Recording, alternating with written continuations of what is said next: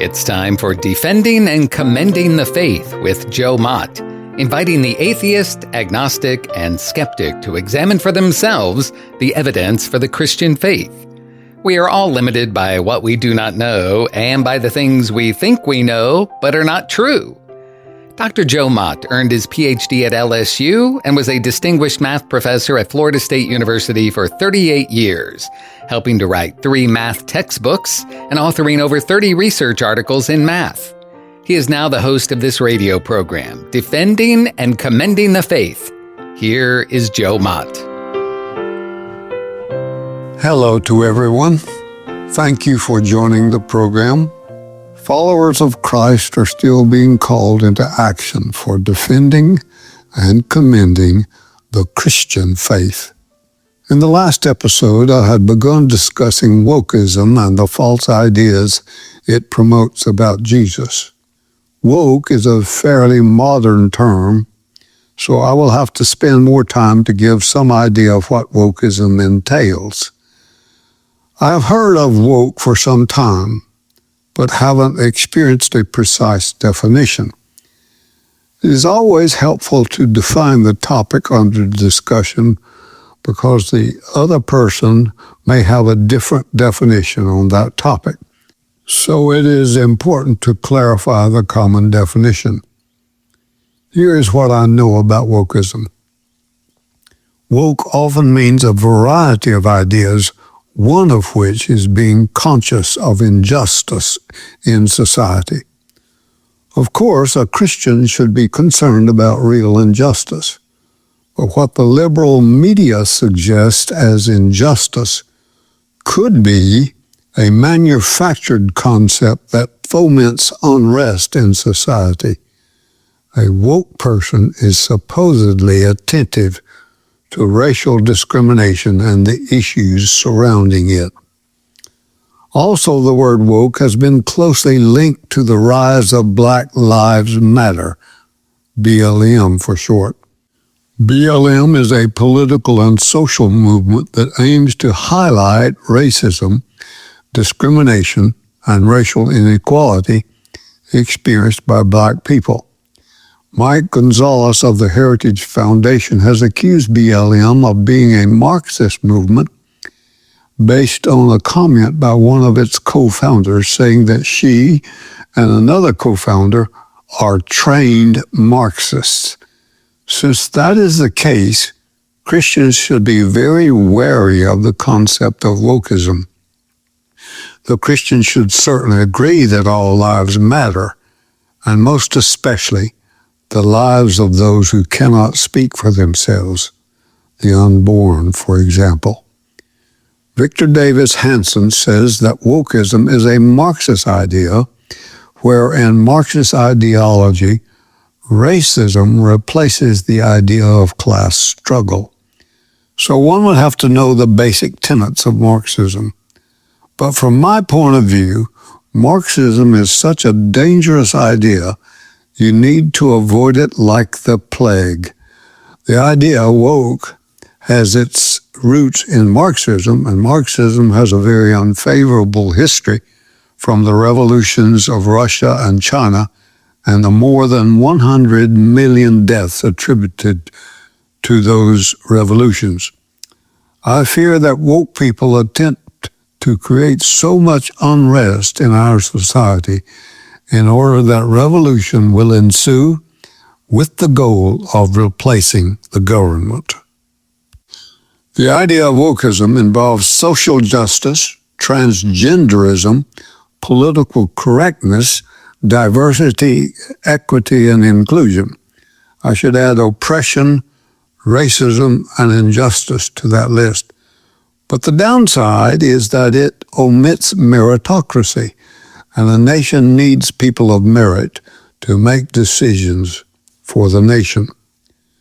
The book Woke Jesus by Lucas Miles, with the subtitle The False Messiah Destroying Christianity, informs the Christian community that theological progressive church denominations strive to right the Christian church's wrongs. Striving to right wrongs appears to be a noble goal. Right or wrong is in the realm of morality or ethics. But what is the standard, the basis for determining what is right or wrong? And who decides what is right or wrong? The progressive church opposes perceived wrongs, including colonialism, white supremacy, economic injustices, patriarchy, sexism, transphobia, and heteronormativity. I am afraid that the words white supremacy sounds too racist for me. The words patriarchy and sexism are the words of feminists I don't admire. None of my dictionaries have a meaning for heteronormativity. Hetero is a learned borrowing from Greek meaning different or other, used in compound words. Normative has three different shades of meaning. First, it pertains to a norm, especially an assumed norm regarded as a standard of correctness of behavior, speech, writing, etc. Second, tending or attempting to establish such a norm, especially by the prescription of rules like a normative grammar. Third, reflecting the assumption of such a norm or favoring its establishment like a normative attitude. So heteronormativity refers to a different norm, a different standard of behavior. I suspect this word is a camouflage referring to a different standard for marriage that ultimately advocates for same-sex marriage. In my conversation about the topic of same-sex marriage, it is plain that the objection at the heart of the debate is the idea that when two people love each other, they should be allowed to marry. Their contention comes down to that when two people love each other, we should allow them to marry, no matter who they are. This stance assumes that marriage to any person under any circumstance is a human right, without offering any evidence for such an assertion. One tactic when discussing a controversial topic is to take the topic to the extreme. So let's expand that allowance urge a bit further. A pedophile loves to have sex with young children. Would you hire a pedophile to babysit your daughter or granddaughter? An embezzler loves money. Would you allow him to be the executor of your trust fund? I don't think so.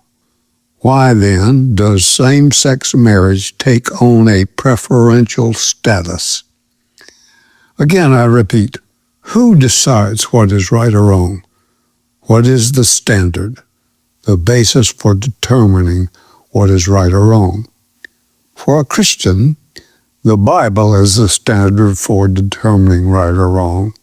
So questions of same-sex marriage boils down to what the Bible declares is proper. Therefore, it becomes a spiritual determination.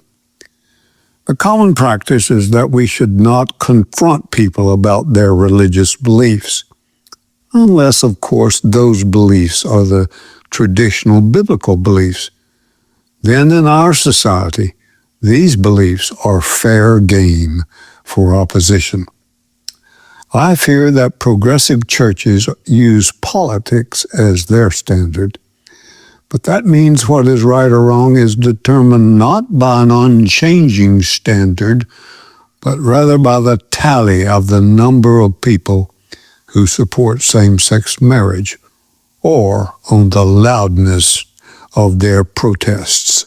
This collective pursuit among the Christian left has given birth to woke Christianity, also known as conscious Christianity.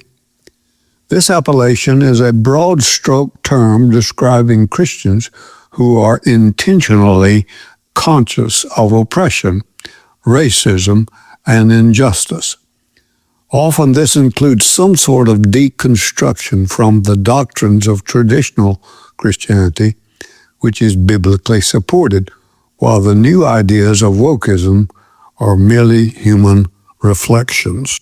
Woke individuals strive to stay awake to issues of social justice while waiting for the end of the world. Consequently, the term woke Christians describes believers who subscribe, whether knowingly or unknowingly, to the alternative gospels of critical theory, including critical race theory, or CRT for short, and its pseudo-Christian counterpart, liberation theology. Liberation theology has its roots in Latin American Roman Catholicism. Its rise is seen as a response to widespread poverty and the mistreatment of large segments of Latin American society. An influential book promoting liberation theology is the 1971 book, A Theology of Liberation, by Gustavo Gutierrez. In the chapter, The Quest for the Biblical Christ, in the book Woke Jesus, Lucas Miles avows, from critical theory to liberation theology, with few exceptions, Jesus of Nazareth is little more than a countercultural social worker with an altruistic outlook on life who challenged the social norms and traditional thinkers of his time. Within these ideologies, the power of Jesus is limited. Far from the eternal Word made flesh, performing signs and wonders through the power of God, he is a limp Messiah whose works and words are watered down, secularized, and the effects of which are limited to the first century.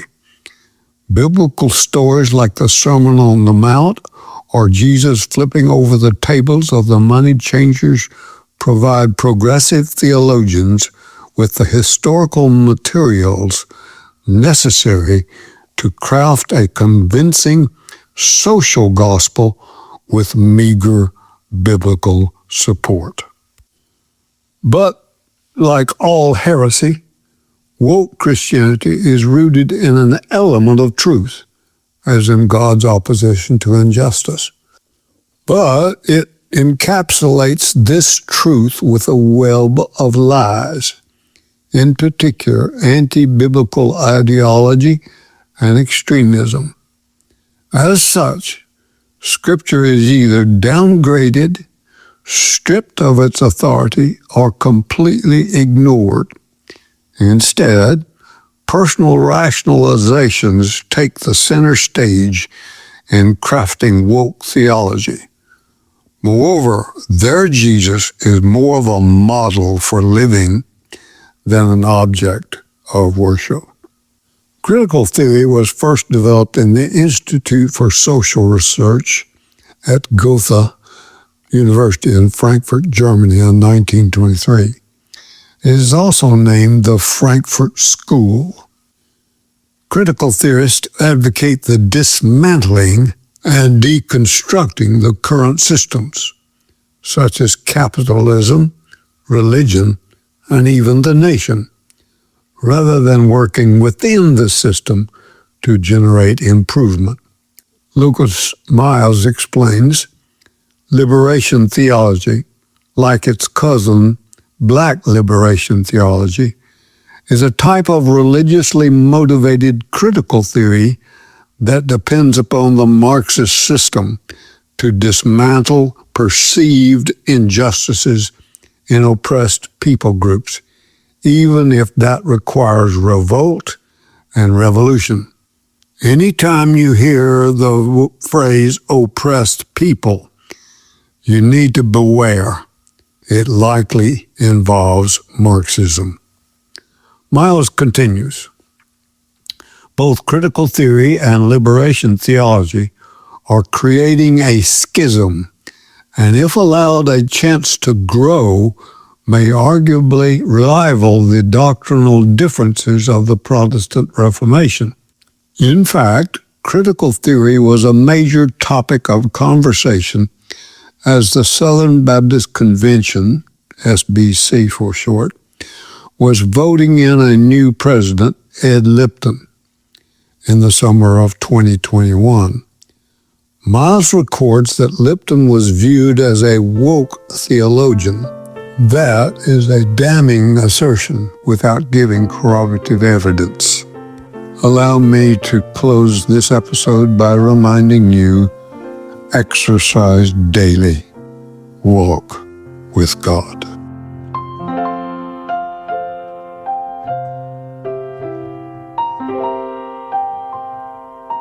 Thank you for listening to Defending and Commending the Faith with Joe Mott, a production of Wave 94 Radio in Tallahassee, Florida. If you have any questions or comments for Joe, please forward them to Doug Apple at Wave94 at this email address, dougapple@wave94.com. And be sure to join us every Monday evening at 6:45 p.m. on Wave 94 and subscribe through your favorite podcast app. Defending and Commending the Faith with Joe Mott.